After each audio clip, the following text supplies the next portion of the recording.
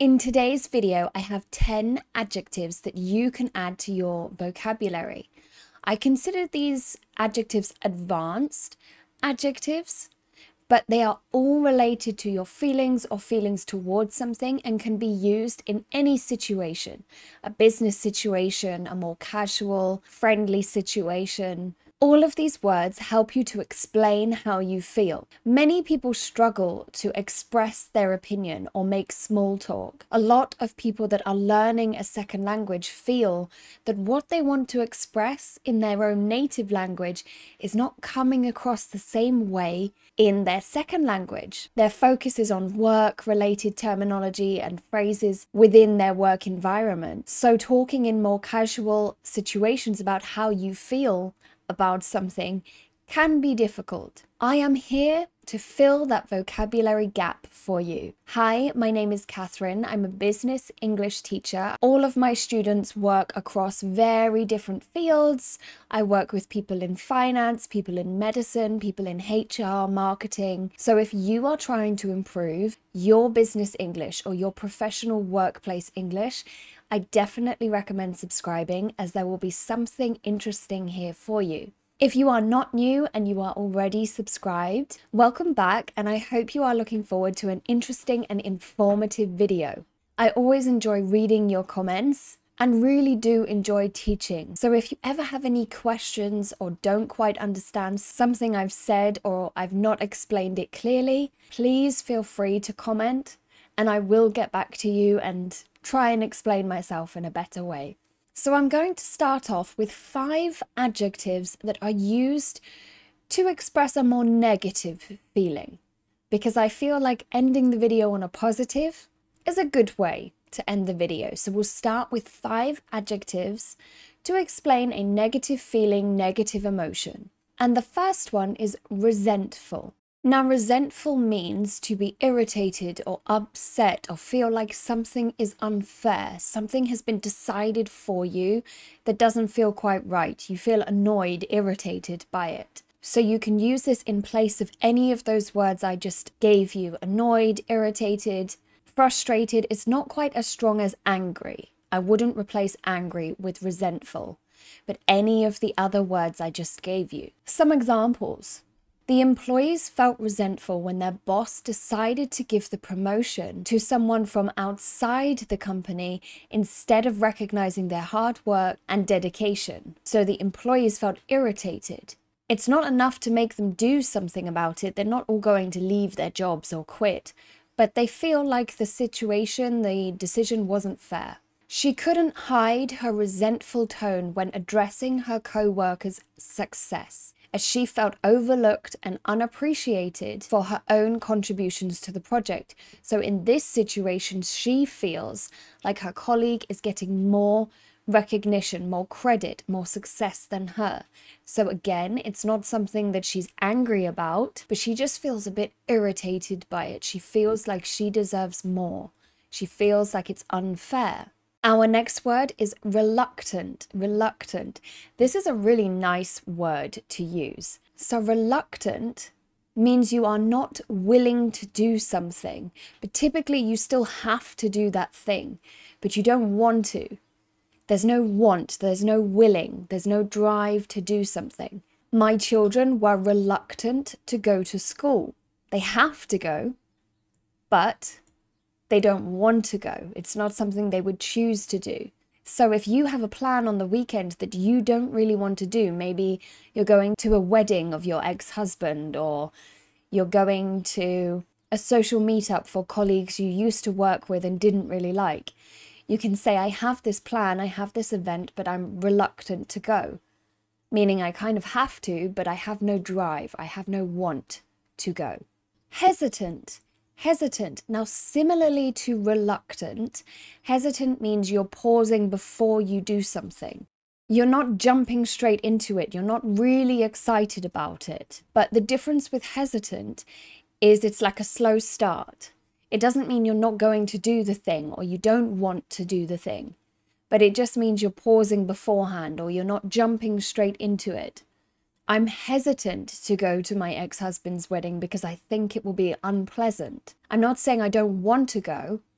I just feel like there's a barrier, feel like, I'd rather do something else. I'm not sure if it's a good idea. So for example, despite initially being hesitant to invest in the new technology, the company realized the potential cost savings and decided to take the leap.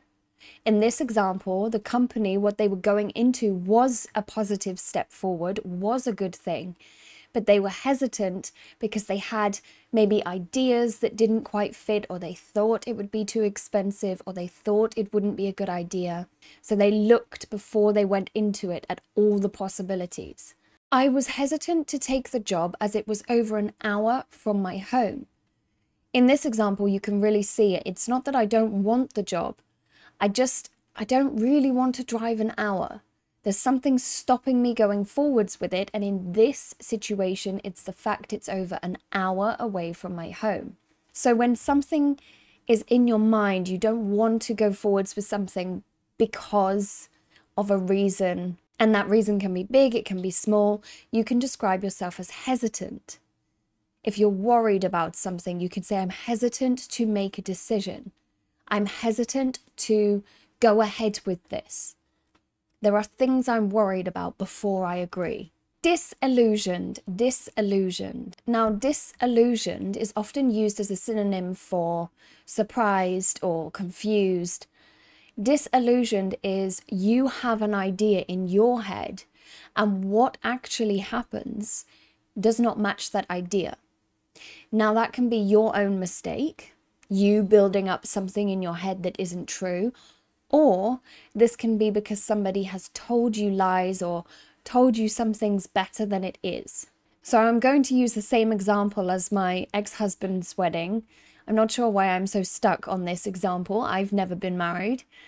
But if I said I was disillusioned into thinking my ex-husband's wedding would be fun because he told me there would be a lot of new people for me to meet and it wouldn't be awkward. But when I got there, it was awkward and there were no new people. So in this situation, you could argue he caused me to be disillusioned because he told me it wouldn't be awkward. But at the same time, I could be the one that's disillusioned because of course it's going to be awkward. Why would it not be awkward? Let's look at a different example. The recent scandals involving the company's executives have left many shareholders feeling disillusioned and questioning the company's ethical standards. So here we can see probably the company's executives made promises to the shareholders and did the exact opposite, or did something that didn't fit those promises. So the shareholders feel like they were sold something, they were promised something that wasn't ever going to come true. Same in this next example. After working for the company for several years and seeing no opportunities for growth, Sarah became disillusioned and decided to pursue a new career path. So Sarah has been told, or has thought for herself, that if she keeps working hard within this company, she will eventually be promoted, she will grow within the company. But she's realized that's not the case. They are never going to promote me. They are lying to me or promising me something that they are not going to give me. So I need to find a new job. Pessimistic. This is our last negative word, pessimistic. Now, describing someone as pessimistic means that they always look at the negative. They always find a negative or bad outcome. So if you say you are feeling pessimistic about something, you think there's going to be a bad outcome. You think something bad is going to happen. Nothing good can come of this. Due to the current economic downturn, our sales forecast for the next quarter is rather pessimistic, with only a slight growth projection. So there's a lot of financy words thrown around in here, but basically what we're saying is the next quarter looks very bad. It looks very negative. It doesn't look like there's a positive at all. The company's recent layoffs and financial losses have created a pessimistic atmosphere among employees, making it challenging to boost morale and productivity. So here we can see the company keeps making less and less money. They keep firing, getting rid of people, and this is creating a very negative atmosphere in the office. Nobody has any positive things to say about the future, which leads me very nicely into our positive emotions, because the first one is optimistic. Optimistic. Now, optimistic is the opposite of pessimistic. So people typically either describe themselves as a pessimistic person or an optimistic person, and an optimistic person always sees a good outcome, a positive outcome. Now, this of course is fantastic in certain situations, but sometimes it's more important to be realistic, and not always assume good things will happen, but look at the facts and figures and say, what could happen? What is the possible outcome? But just as you saw in our pessimistic examples, you could describe the next quarter as being very optimistic, meaning you believe there's a good outcome, a good solution. Or you could describe the atmosphere in the office as very optimistic, meaning everyone has a positive energy. Everyone is working towards something good.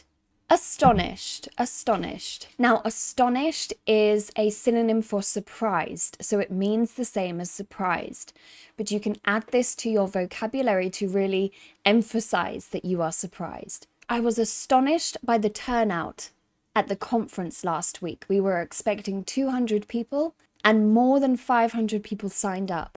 Despite their shaky start, the company astonished the market by doubling their sales in 1 year. So surprised, very surprised. And you can either describe yourself as astonished or something else as astonished. Thrilled. Now this is similar to astonished. It's kind of a mix of excited, surprised, happy. If you are thrilled about something, it's a very, very good feeling. You're excited about it. You want to move forwards with it. Our company was thrilled to announce its partnership with a leading technology provider. This collaboration will allow us to enhance our product offerings and provide better solutions to our customers. We're thrilled, we're excited. We can't wait to announce. The entire team was thrilled to secure a major contract with a global organization. Excited, happy, shocked maybe. So you can use thrilled to emphasize that feeling. Accomplished, accomplished. Now, I have gone over accomplished in, I think it was my power words for a self-introduction, using it to describe your history, your backstory, your education, and your career. But the reason I've included it again is because we can use it in a more casual way by saying, I feel very accomplished today. I feel like I have accomplished a lot this week. Meaning you've managed to do all the things on your list. You did everything you set out to do. How was your weekend? Oh, it was fantastic. I went to a seminar, a TED talk, I watched YouTube videos, and I read 3 books. I feel very accomplished. It's kind of similar to the word productive when we use it in this way. You achieved a lot on the weekend, you achieved a lot this week, you achieved a lot in your day. And the last one today is profound, profound. Now this isn't necessarily to describe your feelings, but it describes how something made you feel. So if you attended a talk, you heard a speech, a presentation you went to was profound. If you describe it to your colleagues, your friends, your family as profound, what we mean is it was very deep, interesting, insightful. It made you think about something you previously hadn't thought about. It made you think deeper in a more detailed way, maybe even changed the way you think about something. The CEO's speech at the conference was profound as it provided valuable insights into the industry's future trends and potential challenges. Meaning it really made me think. I really enjoyed being there. I have a lot to think about after I left this presentation, after I left this speech. I watched a movie on the weekend. It was very profound. It was very deep, insightful. It made me think. A lot of my English lessons with my students I would describe as profound because we discuss all sorts of things from politics to technology, to finance, to the future, to the past. And they really make myself and my students think about what we could do differently, what we could change. So profound is something that makes you come away feeling, ah, that's interesting. I'm going to think about that for a bit longer. So which one of these vocabulary do you think describes your feeling right now? Maybe none of them. Maybe all of them. Maybe you've had a fantastic week at work and you really want to express that by saying you are thrilled, you feel accomplished, you are optimistic, astonished by what happened this week. But you don't want to get disillusioned or hesitant, and you don't want to feel reluctant to take the next step. Let me know below which was your favorite word. Which one are you going to add to your vocabulary? As always, thank you so much for being here. I look forward to seeing you again next week. Have a fantastic day. Goodbye.